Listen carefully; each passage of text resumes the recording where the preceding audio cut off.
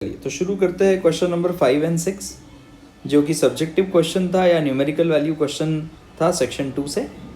अब इसमें क्या बोला है, तो ये क्वेश्चन सेंटर ऑफ मास और प्रोजेक्टाइल मोशन के कॉन्सेप्ट पे बेस्ड है, जिसमें कोलिजन मोमेंटम भी आएगा। A projectile is thrown from point O on a ground at 45 degree. तो एक प्रोजेक्टाइल को ग्राउंड से 45 डिग्री एंगल बनाकर थ्रो किया गया है लाइक दिस। ओके, तो हम ग्राउंड को एक्स एक्सिस और इसको वाई एक्सिस बना लेते हैं। From vertical with a speed of 5√2 metre per second. Angle 45 degree with vertical बोला है, बट 45 वर्टिकल हॉरिजॉन्टल के साथ एक ही होता है।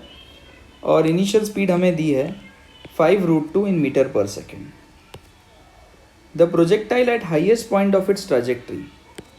जब प्रोजेक्टाइल अपने ट्रैजेक्टरी के हाईएस्ट पॉइंट यानी कि पीक पॉइंट पर यानी कि मैक्सिमम हाइट पर जब पहुंची, तो हमें पता है मैक्सिमम हाइट लेवल ग्राउंड पे प्रोजेक्टाइल है, तो ये डिस्टेंस रेंज का आधा और रेंज का आधा रहेगा।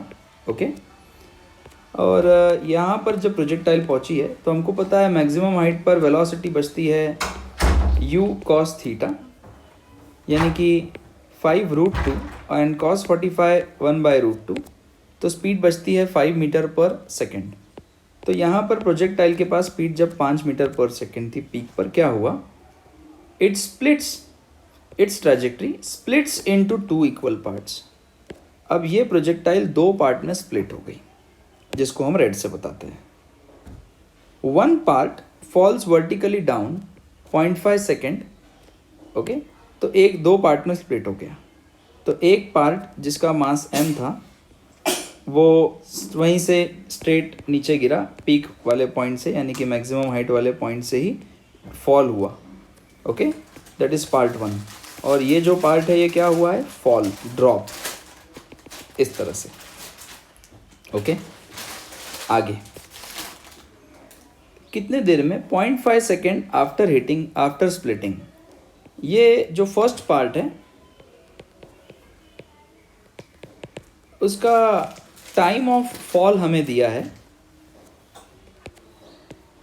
मैक्सिमम हाइट से। टाइम ऑफ फॉल है 0.5 सेकेंड, जो कि हमें पता है √2 मैक्सिमम हाइट बाय g होता है 0.5 सेकेंड।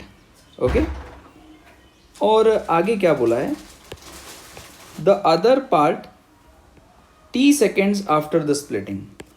और दूसरा वाला जो पार्ट है वो t सेकेंड्स बाद गिरा टू द ग्राउंड, और ये गिरा x metre from the point o, और ये ओरिजिन से x मीटर की दूरी पे गिरा और t सेकेंड्स के बाद गिरा।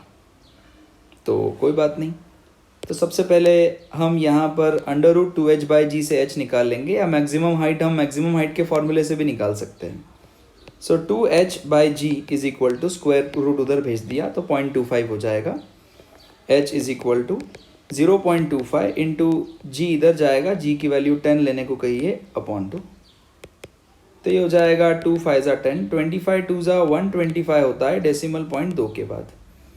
तो यहाँ पर मैक्सिमम हाइट जो है वो 1.25 है।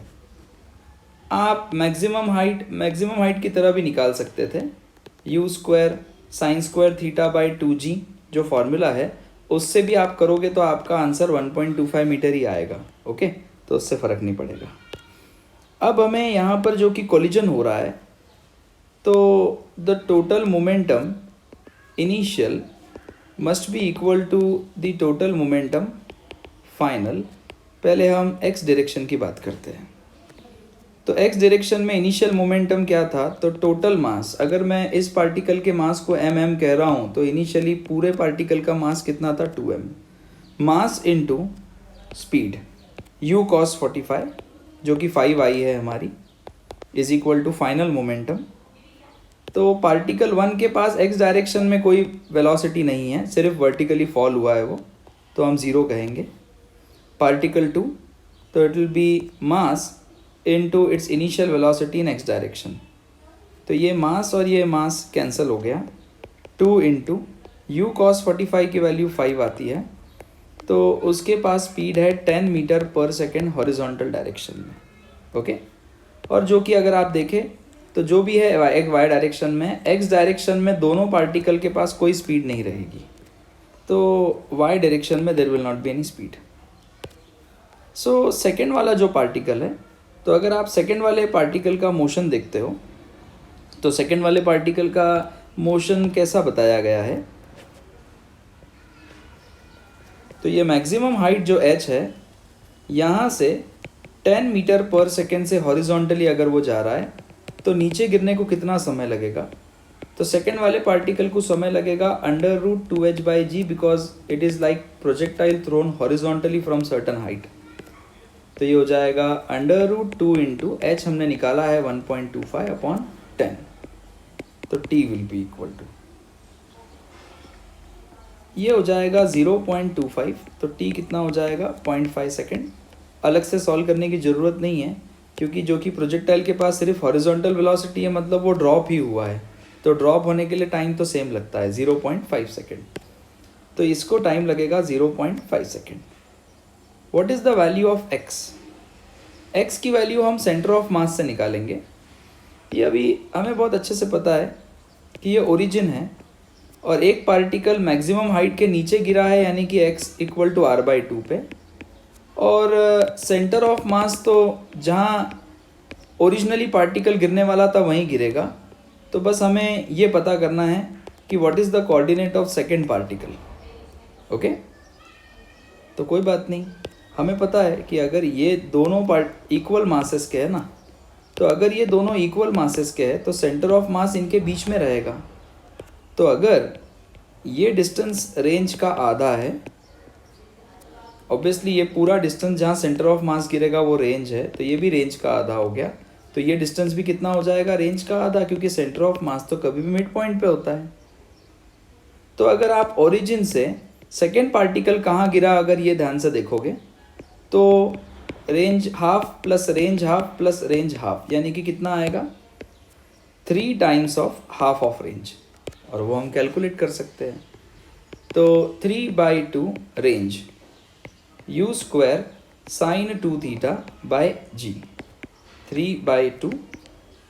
The initial speed of the particle is 5√2 का square sine twice of 45 upon g का वैल्यू इज 10, तो x will be equal to 3/2 into 5 का स्क्वायर विल बी 25, √2 का will be 2, sine 90 will be 1 divided by 10, 2 get cancel, 25 3s are 75/10, तो ये कितना आ जाएगा 7.5 metre. तो इसका सही आंसर रहेगा 7.5 मीटर। Okay, thank you.